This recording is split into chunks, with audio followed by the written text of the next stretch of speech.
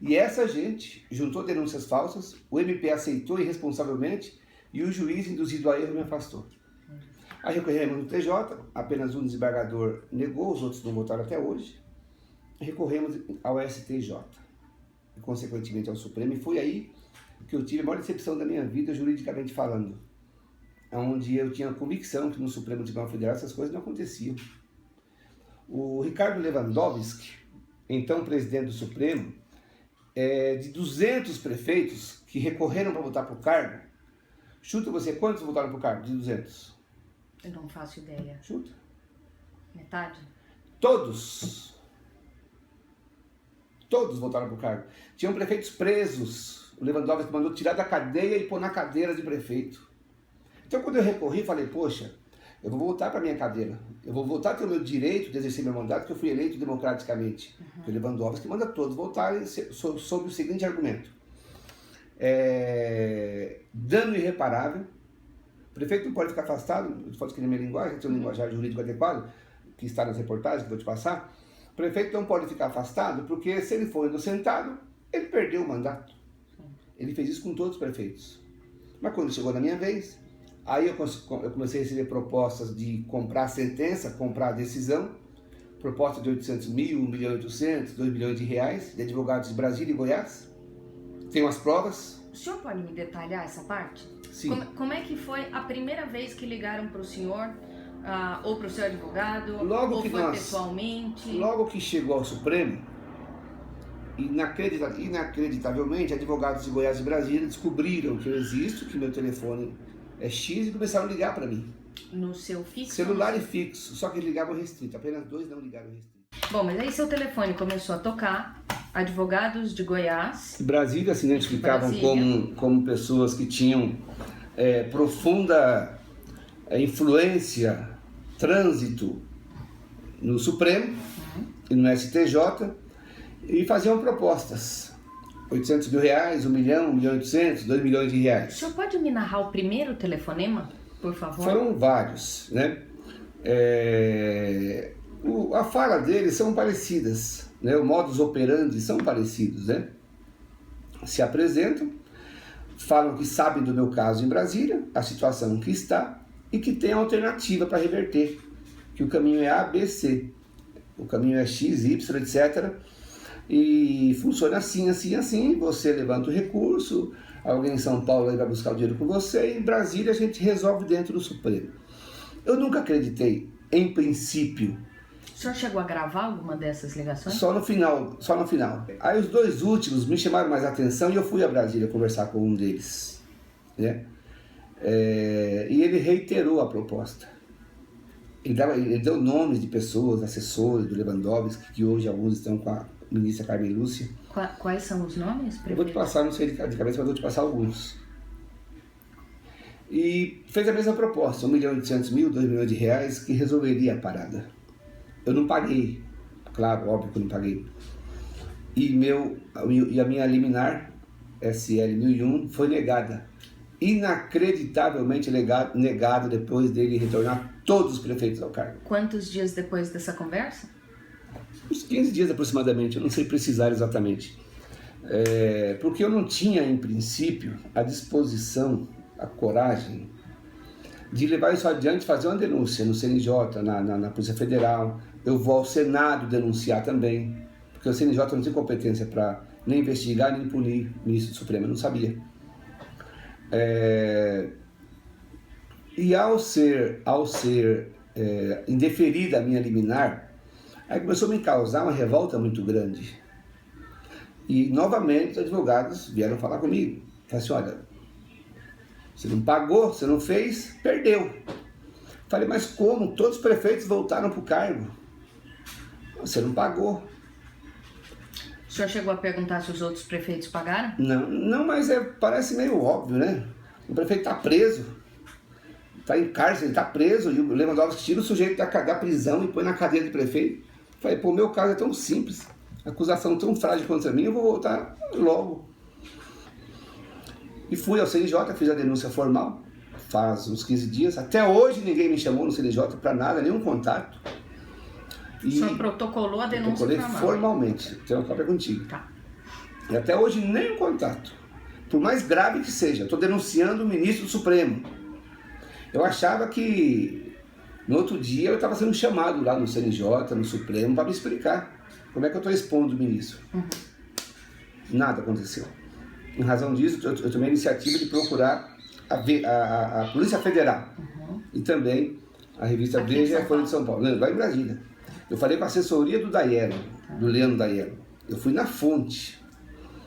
É tão impressionante que conversei com a assessoria dele, depois que eu protocolei a denúncia, dei a cópia para a assessora dele, chamada Karine, e falei: Karine, é muito grave, explica para o diretor da Polícia Federal, esse crime está acontecendo agora, o flagrante está acontecendo, se ele agir hoje, ele prende em flagrante os criminosos que estão negociando sentença no Supremo.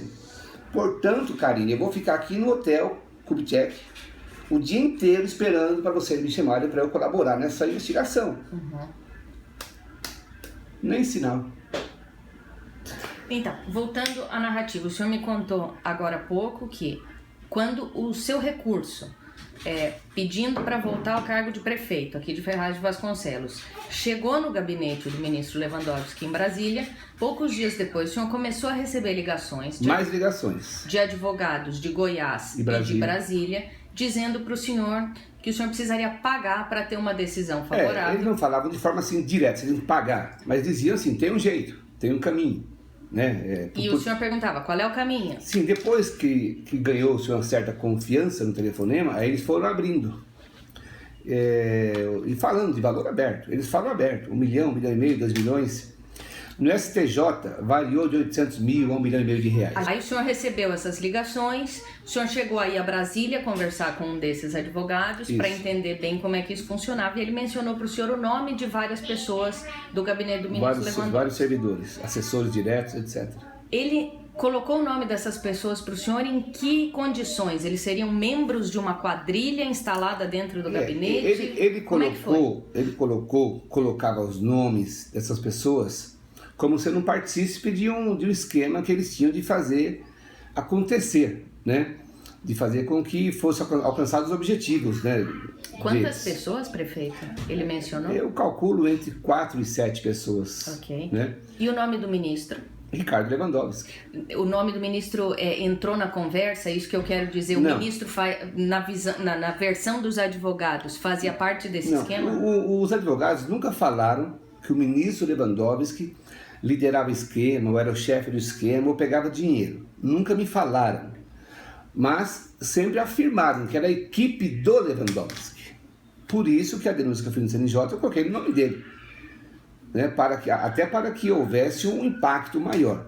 Então, na sua avaliação, não é possível garantir que o ministro estava envolvido, mas não é possível afastar essa possibilidade? Não tem dúvida. Eu não posso afirmar nem negar, na minha opinião, que o ministro Ricardo Lewandowski tenha participação nisso. Eu quero crer que não, porque me parece que ele é correto. Mas se a Polícia Federal tiver a coragem de investigar, eu não quero nada. Não quero indenização porque eu perdi praticamente a minha vida aqui, a minha carreira. Eu não quero nada. Eu quero que se investigue. Ok.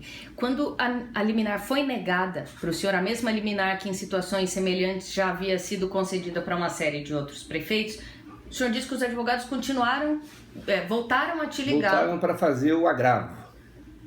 Ok. E daí, o que eles disseram nessa segunda... Disseram que em razão de ter sido negado a primeira vez, que a segunda vez era mais difícil conseguir, mas ainda assim tinha o esquema.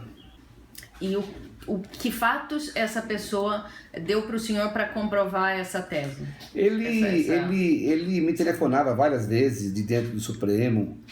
Ele teve um fato que me chamou muito a atenção. Quando eu entrei com recurso a primeira vez no Supremo, esse advogado me ligou certo dia meio que desesperado, porque ele estava trabalhando, segundo ele, para fazer o esquema dar certo, da minha liminar ser aprovada. Né? E ele me ligou desesperado, esbaforido, e falou assim: olha, tem um tal de Marcos Vinícius ligando aqui na presidência do Supremo para atravessar uma petição. Você conhece esse Marcos Vinícius? Eu falei: pô, Marcos Vinícius é o procurador que faz parte aqui dos caras que fizeram as denúncias para me afastar. Aí eu fiquei intrigado, falei: como é que ele sabe que tem um cidadão lá do fim do mundo ligando dentro da presidência do Supremo. Não tinha como ele adivinhar. Logo, tinha rolo aí, ele tinha penetração lá. Continuaram ligando para o senhor, ainda tem jeito de consertar e tudo mais, o senhor falou, vou a Brasília de novo, me liga depois, vou pensar, não vou pagar. O que o senhor falou? A partir daí, eu já comecei a me preparar para fazer o que estou fazendo hoje, que são as denúncias. Comecei a guardar conversa do WhatsApp. No passado, quando eu comecei o trabalho jurídico para voltar ao cargo, eu nunca imaginei que fosse chegar numa situação dessa, de receber proposta de dentro do Supremo para vender a minha sentença, meu julgamento. Portanto, eu cometi o erro de não gravar as conversas, né? Eu achei que fosse muito simples, porque eu via que todo mundo tinha voltado ao cargo. Mas algumas o senhor gravou? Sim. Quando eu comecei a agir para agravo, né? O agravo no Supremo, depois que foi negado a primeira vez, aí eu comecei a guardar documentos, gravações, WhatsApp, telefonemas. O que eu tenho, se a Polícia Federal, repito, se tiver coragem de investigar, se a ministra Carmen Lúcia tiver a coragem de permitir a investigação dentro do Supremo, o que eu tenho é o suficiente para puxar o novelo, como é que fala? A ponta aí do iceberg para fazer uma lava-jato dentro do Supremo. O senhor teve algum indício de algum outro gabinete envolvido? Não. Claro que antes do seu recurso chegar no Supremo, ele teve de passar pelo STJ. Como é que foi a sua passagem ali, a passagem do seu recurso? Como é que o senhor foi abordado? Ali foi parecido, né? Naturalmente que primeiro fomos ao STJ. Aí eu recebi 5, 6 ligações de advogados de Goiás e Brasília. A mesma turma? A mesma turma. Inclusive, um dos advogados foi o mesmo que trabalhou a questão no STJ, que óbvio que eu não paguei, haja vista que eu não voltei para o cargo, e continua até hoje em Brasília. Esse que eu não posso passar o nome ainda, porque se a PF foi investigado, aí ele já foi embora. Esses advogados que te ligavam faziam parte de um mesmo grupo ou eram concorrentes, digamos, rivais desse negócio? Eu posso dizer que eles não seriam concorrentes, eles participam de um esquema onde chegam os processos dentro, de acordo com o que eles me falaram, chegam os processos dentro dos recursos, processos dentro do STJ, pessoas de dentro do STJ, não necessariamente o ministro, a assessoria pega esse processo e vai passando para os advogados parceiros do esquema, do crime. Tá. Né? E já passam tudo, a possibilidade, os dados, endereço, telefone. Mas esse advogado que integra esse esquema dentro do STJ e do STF, ele colocou que o filho do Falcão tem trânsito em todos os demais gabinetes e poderia reverter o meu afastamento. No Judiciário Paulista, eu nunca recebi nenhum tipo de proposta, nenhum tipo de conversa, nenhum tipo de qualquer que seja contato para a questão de negociar a sentença. O juiz de primeira instância que me afastou, ele é correto, é sério, e também nunca recebi nenhum tipo de contato da parte dele para qualquer tipo de mal feito, vamos dizer assim. Eu considero o Judiciário Paulista correto, não tenho nada para desabonar. O que eu tenho de muita indignação é o fato dos desembargadores até hoje não terem tido a sensibilidade jurídica, vamos dizer assim, e o juiz de primeira instância, de ler o processo que me afastou e ver a obviedade da fragilidade das denúncias. E o principal, de me manterem afastado, sem eu ter sido condenado, sem eu praticamente não ter sido ouvido, e as denúncias serem totalmente frágeis, falsas e fabricadas. Como é que o senhor se sente vendo tantos políticos envolvidos na Lava Jato atuando nos seus mandatos há muito tempo? Isso faz parte, isso tudo, na minha opinião, faz parte de todo um sistema apodrecido e corrompido do Brasil, que a sociedade fala político tal, político, política. Se a sociedade acordar, ela vai perceber que a classe política é uma pequena engrenagem desse processo corrupto que apodreceu, que é um câncer, eu diria, incurável no Brasil. Porque se está no STJ, está no Supremo, vamos recorrer a quem?